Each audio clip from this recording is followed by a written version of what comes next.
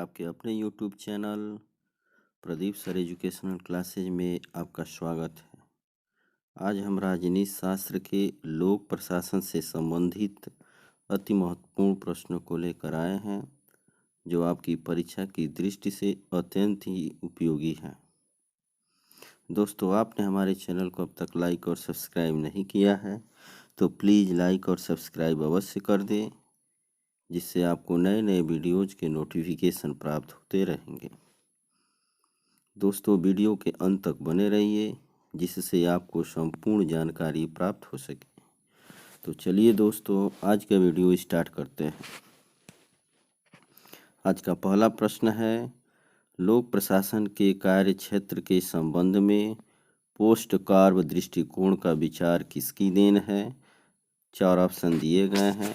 Luther गुलिक, Henry Fayol, Elton Mayo, उपरोक्त में से कोई नहीं। तो लोक प्रशासन के क्षेत्र में पोस्टकार दृष्टिकोण का विचार जिसने दिया है उनका नाम है लूथर गुलिक, अतः विकल्प ए सही है। इसी क्रम में आज का अगला प्रश्न है, प्रिंसिपल ऑफ पब्लिक एडमिनिस्ट्रेशन के लेखक कौन है?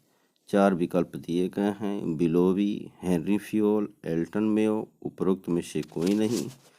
तो प्रिंसिपल ऑफ पब्लिक एडमिनिस्ट्रेशन के लेखक हैं बिलोवी, अतः ऑप्शन ए सही है। इसी क्रम में आज का अगला प्रश्न है, introduction to the study of public administration के लेखक कौन है? 4 ऑप्शन दिए गए हैं। Luther Gulick, L D. White, Mary Parker, उपरोक्त में से कोई नहीं। तो introduction to the study of public administration के लेखक हैं एल.डी. वाइट, अतः विकल्प बी सही है। इसी क्रम में आज का अगला प्रश्न है, वर्तमान में प्रशासन का उद्देश्य है? 4 ऑप्शन दिए गए हैं। विद्वान लोगों की मदद करना, अमीर वर्ग की सहायता करना, हर सामान्य लोगों की मदद करना, गरीब वर्ग की सहायता करना। तो सही ऑप्शन है सी, हर सामान्य लोगों की मदद करना। इसी क्रम में आज का अगला प्रश्न है, संयुक्त राज्य अमेरिका में प्रथम मिन्नो बुक सम्मेलन कब आयोजित हुआ था? 4 ऑप्शन दिए गए हैं। 1968 ईस्वी में, 1988 ईस्वी में, 1978 ईस्वी में, 1958 ईस्वी में। सही ऑप्शन है ए, 1968 ईस्वी में। इसी क्रम में आज का अगला प्रश्न है, द्वितीय मिन्नो बुक सम्मेलन का आयोजन कब हुआ था? 4 ऑप्शन दिए गए हैं। 1968 ईस्वी में, 1988 ईस्वी में, 1978 ईस्वी में, 1915 ईस्वी में। तो द्वितीय मिन्नो बुक सम्मेलन का आयोजन 1988 में हुआ था, अतः ऑप्शन बी सही है।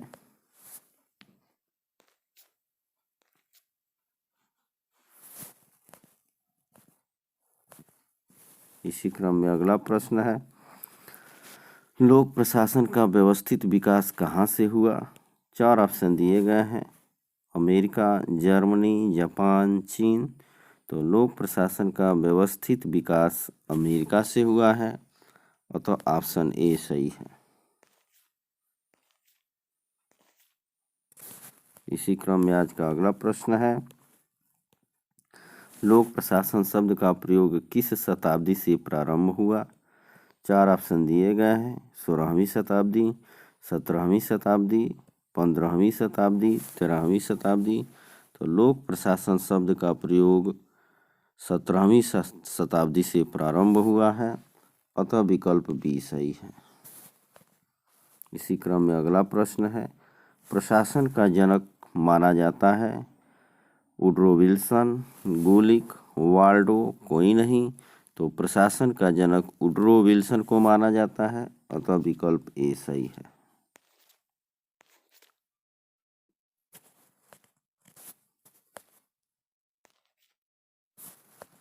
इसी क्रम में आज का अगला प्रश्न है, पॉलिटिक्स एंड एडमिनिस्ट्रेशन की रचना है?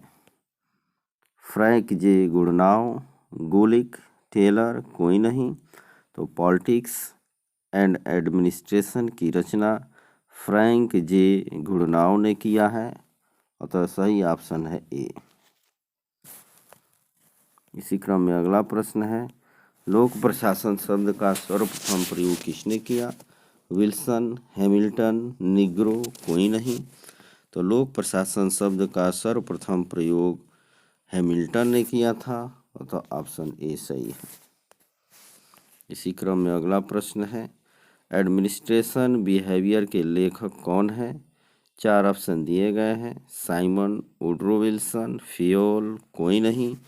तो एडमिनिस्ट्रेशन बिहेवियर के लेखक हैं साइमन। अतः विकल्प ए सही है। इसी क्रम में अगला प्रश्न है, लोक प्रशासन निजी प्रशासन से भिन्न है, इसके समर्थक निम्न में से कौन विचारक हैं?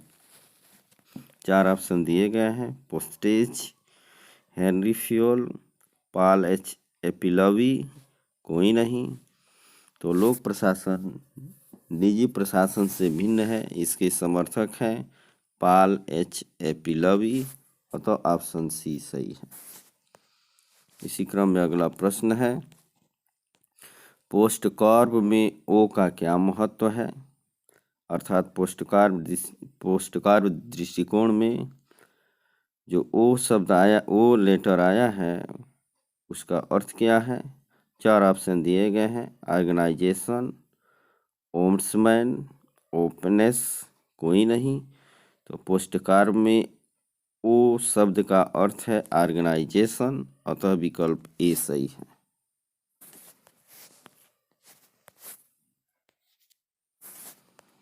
इसी क्रम में अगला प्रश्न है, लोक प्रशासन का संबंध सरकार की तीनों शाखाओं विधायी, न्यायपालिका एवं कार्यकारी से है, किसने कहा है? 4 ऑप्शन दिए गए हैं, बिलोवी, एलडी वाइट, निग्रो कोई नहीं। तो लोक प्रशासन का संबंध सरकार की तीनों शाखाओं विधायी, न्याय और कार्यकारी से है। ये बात जो है एलडी वाइट ने कहा है। तो ऑप्शन बी सही है।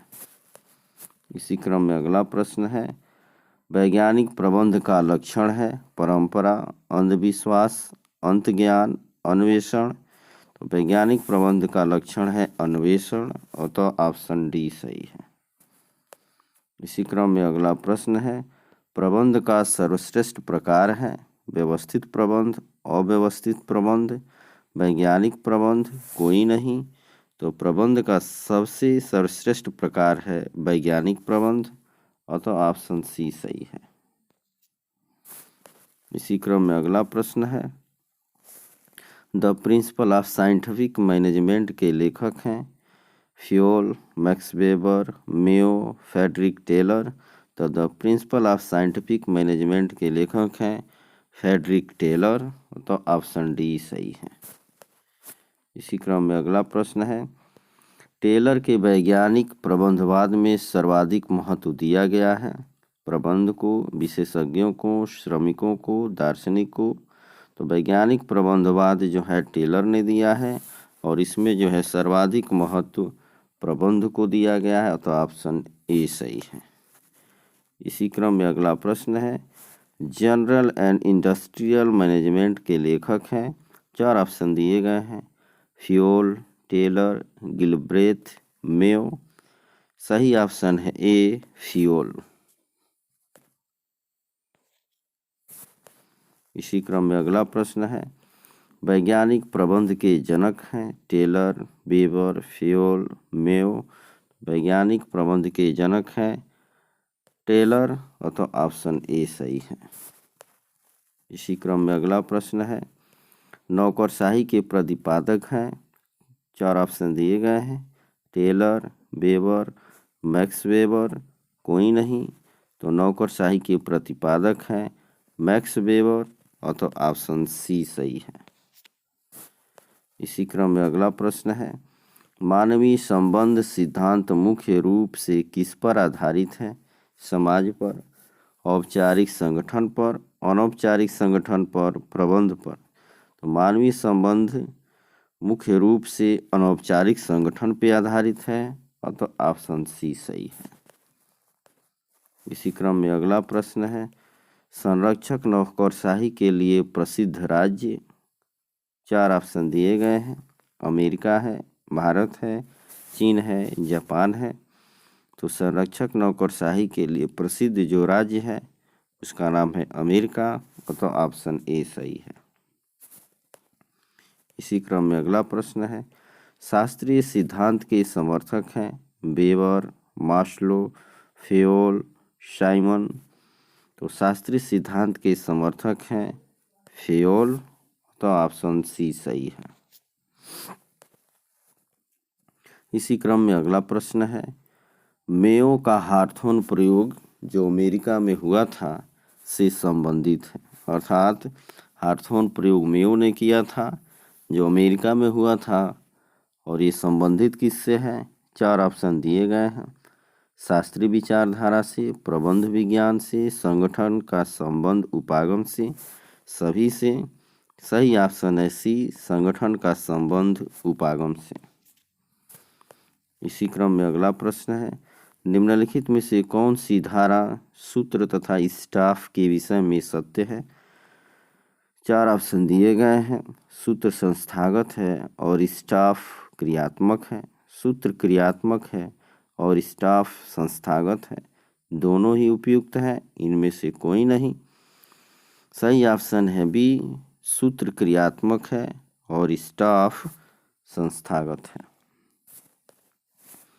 इसी क्रम में अगला प्रश्न है, पद सोपान का अर्थ होता है निम्न पद वालों पर उच्च पद वालों का शासन, उच्च पद वालों का निम्न पद वालों पर शासन, संगठन में कुछ उच्च और निम्न पदों के बीच उच्च निम्न पद संबंध, निम्न एवं उच्च पदों में समांतर संबंध। तो पद सोपान का अर्थ होता है निम्न पद वालों पर उच्च पद वालों का शासन, और तो ऑप्शन ए सही है। इसी क्रम में अगला प्रश्न है, पद सोपान को किस विद्वान ने क्रमिक प्रक्रिया कहा है? मूने तथा रैले ने, वाइट तथा साइमन ने, मूने तथा टेलर ने। उपयुक्त में से कोई नहीं। तो पद सोपान को क्रमिक प्रक्रिया कहने वाले मूने तथा रैले हैं, अतः सही ऑप्शन है ए।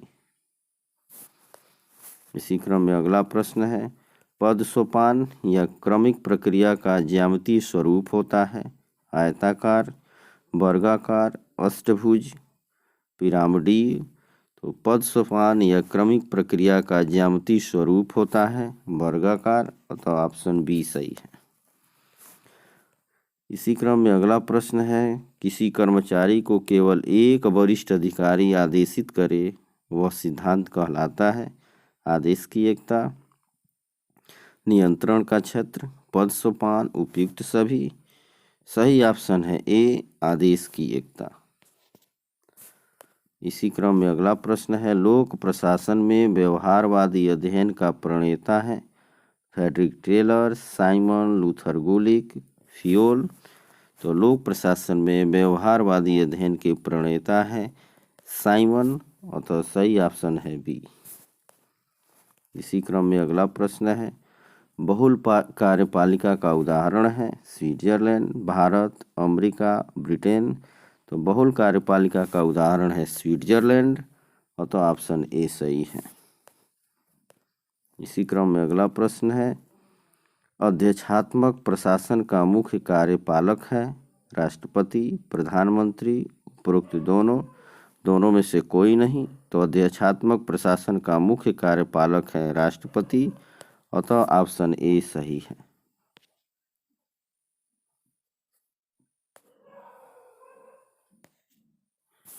इसी क्रम में अगला प्रश्न है, कार्यपालिका और विधायिका में घनिष्ठ संबंध पाया जाता है भारत, अमेरिका, ब्राजील, कोई नहीं। तो कार्यपालिका और विधायिका में घनिष्ठ संबंध पाया जाता है, सही ऑप्शन है ए, भारत में। इसी प्रकार अगला प्रश्न है, नाम मात्र एवं वास्तविक कार्यपालिका पाई जाती है भारत, ब्रिटेन, उपरोक्त दोनों, कोई नहीं। तो नाम मात्र एवं वास्तविक कार्यपालिका पाई जाती है भारत में भी, ब्रिटेन में भी, अतः विकल्प सी सही है। इसी क्रम में अगला प्रश्न है, बजट शब्द का क्या तात्पर्य होता है? पैसा रखने का थैला, चमड़े का थैला, पॉकेट, कोई नहीं। बजट शब्द का तात्पर्य होता है चमड़े का थैला, अतः ऑप्शन बी सही है। इसी क्रम में अगला प्रश्न है, भारत में केंद्रीय बजट का निर्माण कौन करता है? वित्त मंत्रालय, राष्ट्रपति, प्रधानमंत्री, योजना आयोग। तो भारत में केंद्रीय बजट का निर्माण वित्त मंत्रालय करता है, अतः सही ऑप्शन है ए। इसी क्रम में अगला प्रश्न है, केंद्र और राज्यों के वित्त संबंधों के निर्धारण से संबंधित आयोग है? योजना आयोग, राष्ट्रीय विकास परिषद, वित्त आयोग, निर्वाचन आयोग। सही ऑप्शन है सी, वित्त आयोग। इसी क्रम में अगला प्रश्न है, ब्यूरो का तात्पर्य है नियुक्ति, लिखने की डेस्क, सरकारी कार्यों का परिचायक, ब्यूरो का शासन। तो ब्यूरो का तात्पर्य है लिखने की डेस्क। दोस्तों, हमने इसमें लोक प्रशासन से संबंधित समस्त महत्वपूर्ण प्रश्नों को शामिल किया है जो आपकी इन टर्म एग्जाम के लिए अत्यंत ही उपयोगी हैं। वीडियो देखने के लिए आपको धन्यवाद।